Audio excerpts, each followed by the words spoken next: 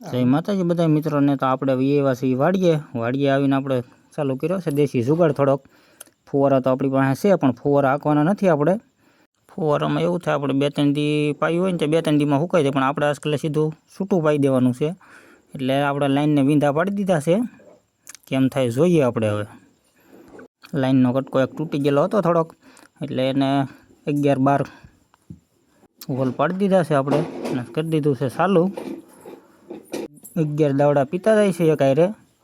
15 દિવસ થઈ ગયા છે પણ વરસાદ આવતો નથી, એટલે આપણે ધીમે ધીમે પાણી કરી દીધું છે ચાલુ।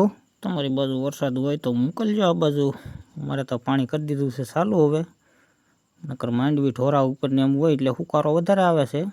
ફુવારાથી પાયેલું હોય એટલે થોડોક હુકારો વધારે રહે, પોસું પડવું પડે એના કારણે। ને હવે પાછો આપણે એક દિવસ ફુવારા હાંક્યા હતા પણ કંઈ ફુવારામાં કંઈ બહુ મજા આવી નહીં, એટલે બીજા દિવસે થોડોક આવો જુગાડ કરીને આપણે ધીમે ધીમે કરી દીધું છે ચાલુ હવે।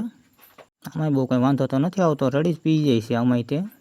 આપણે પાવાનો તો રોપ, પણ આપણે કંઈ રોપમાં કંઈ બંધ રાખ્યું આજમાં, ઢોરો હુકાતો હતો એટલે પહેલાં માંડવીમાં કરી દીધું છે પાણી ચાલુ। કાલમાં હવે રોપ આપણે પાઈ પછી માંડવીમાં પાછું કરી દેવું ધીમે ધીમે ચાલુ હવે।